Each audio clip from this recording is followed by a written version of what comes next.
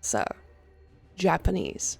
Now, Japanese is probably one of the biggest civs we're excited about, but understanding how the Japanese is different from other civilizations is important. So we're going to start off with the farmhouse. Now, the farmhouse is a house that is also used as a food drop-off. So this is also the place where you will get your upgrades from. So house and food drop-off, very important to remember. The next thing that is quite different is the forge. Now the forge is something you build in Dark Age, because this is also where you drop off your stone and your gold. A very important thing to remember with Japanese is that when you are busy getting stone or getting gold, you will get the other one of those two resources as well. So when you go get a bag full of stone, 10 stone, when you deliver it, you will also receive 2 gold. This goes for both of those resources. They can also be used to get upgrades because it's a forge, it's a blacksmith. So you can get the H1 upgrade and get your units already firing out a little bit harder. Now, what makes Japanese so unique is, considering their Dark Age units, one of them is definitely the samurai. Now, the samurai is a unit that will have a natural shield that comes up every 8 seconds or so, and it will deflect any of the first attacks. What we've noticed on the test realm is that we can see when all the units attack at the same time, like javelin throwers, it will negate all of those attacks as the first hit. So this shield, I'm sure there will be some changes, but right now it is looking really, really scary. Now, aside from that, we also have a new concept that we're being introduced to called Bannermen. Now, Bannermen are units that have this specific aura. Now, every Bannerman has a different aura, and we can see, read through them, make sure that you get the one that fits with your army. So, aside from that, you can see that they form a solid tree, and in Feudal Age, Onna Bugushia get introduced. Now, these guys, absolutely love them. They have a very, very fast attack speed, and I love the fact that they also have a very long weapon. Long sticks, big damage. So they are quite easy to counter though. I see them like Musafade warriors with long range. They are quite long range and they die to archers very easily. Now, the specific upgrades that come with them, you can see there's specific ones with samurai, meaning they're gonna do a little bit more against infantry. And in Imperial Age, we can also see that spearmen get their own little upgrade. Now, in all of this, the barracks is not the only place where we get our interesting units. The one unit that people have been the most excited about is the Shinobi. Now, the Shinobi comes purely from one building, and that building is the Koka Township. So the Koka Township is what we use to age up to Feudal. So once you get to Feudal, when you decide to go to Feudal, there's a landmark that produces farms, which I'm assuming is going to be the #1 landmark. But then you also have this wild landmark, and this is where the Shinobi come in. Now these guys can do many things.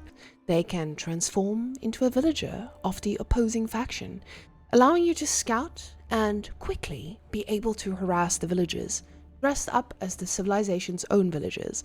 I foresee this being amazingly fun in lower ranks, but at higher levels, I don't think Shinobis are going to get a lot of airtime because the other landmark will take the cake. They can also blink, which is wild, and we will definitely play around with that. Our next unit to look at is the Yumi Ashigaru. Now, the Yumi Ashigaru is just an archer. It's an archer that is cheaper. So this is an archer. It has a fancy name, it's a cheap archer. Aside from that, we have the Onamusha, and that's basically a horse archer. Very nice. But a horse archer with very, very piercing arrow. So they have bonus damage versus heavy units. And again, we're seeing that thing again, a Bannerman. Now again, the Bannermen are for specific units, and you can have more than one of them. I believe you can have 3.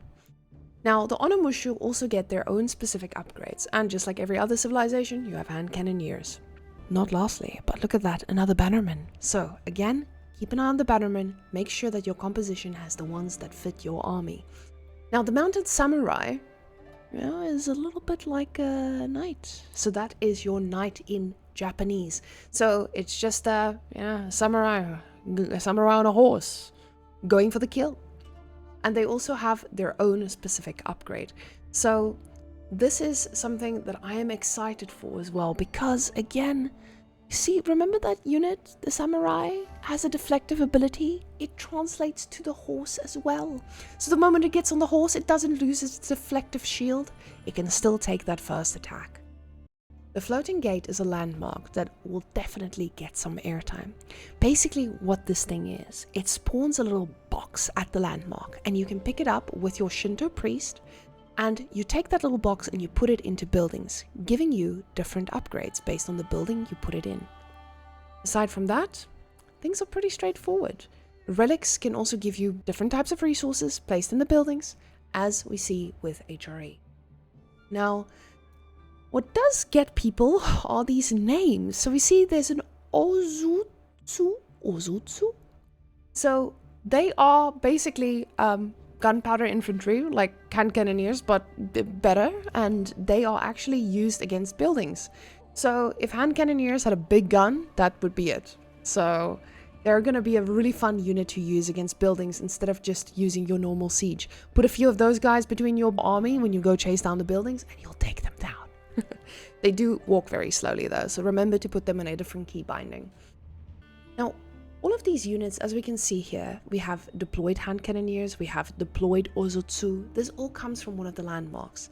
So in this landmark, you can basically produce these gunpowder units in a moment. And this is just one of the choices that you have between that and a keep landmark. So yes. Aside from that, I believe those are all the units you need to know about.